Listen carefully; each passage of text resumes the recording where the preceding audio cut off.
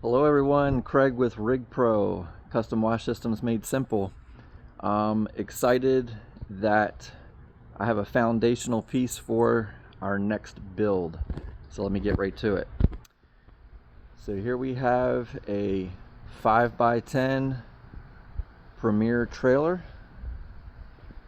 This comes with your 15-inch tires and a 3,500 pound rated axle. You got your standard gate, your treated wood deck, and LED lighting. Nice solid trailer, nice solid foundation. Going to be doing this build for a gentleman out of Baltimore, Maryland, and just at the beginning stages of this. So this is going to be a completely new build with the exception of these two tanks. I was able to pick these up from a gentleman who got out of the industry, and he kept these basically garage kept. I went ahead and cleaned them up, rinsed them out really well. They cleaned up great, no issues as far as leaking or anything like that. The only thing is I am going to have to replace the cap for the chem tank, just simply because there's no vent. I mean, there's a hole, but there's no actual way to keep that. So if it sloshed, it would actually slosh out.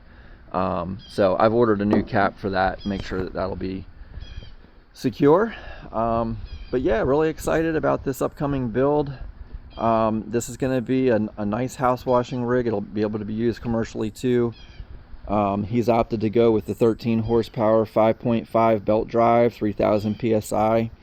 We have that on order, and we're going to be doing passenger side, pulling off all of our two hose reels. There is no soft wash with this particular unit. This is going to be strictly pressure wash, so we're going to have a low pressure and high pressure hose.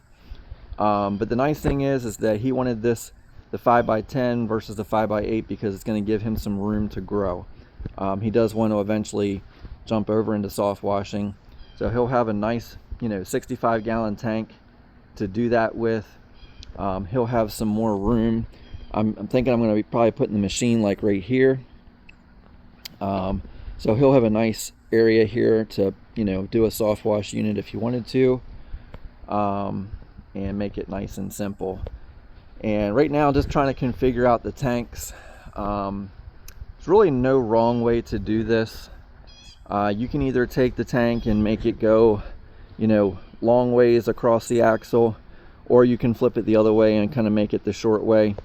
I'm almost preferring this style just simply because it eliminates a little bit of the sloshing effect.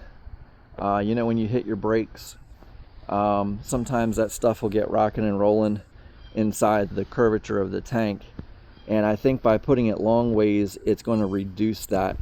It'll make for a little bit better ride. So these are just some of the details that I'm working out right now. Again, each build is unique, and that's the approach that I take. Fit your needs, make sure that it's going to be built the way I would want it to be, and I'd like to think that not necessarily makes me any different. I think there's a lot of very reputable guys out there who are building rigs and building awesome rigs at that. So but just as far as I'm concerned, my rig is right there that I just used today.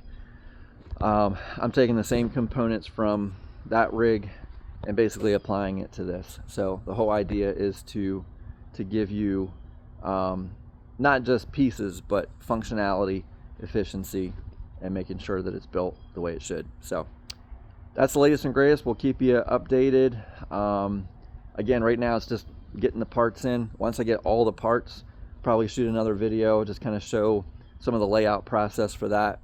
And then as I get going, we'll do some more footage and kind of go from there. So excited. I have a deadline of April 1st to get this built and out the door. I'd love to get it out early March if I could. So we'll see how it plays out. All right, guys, thanks for watching. Like, subscribe. Until next time.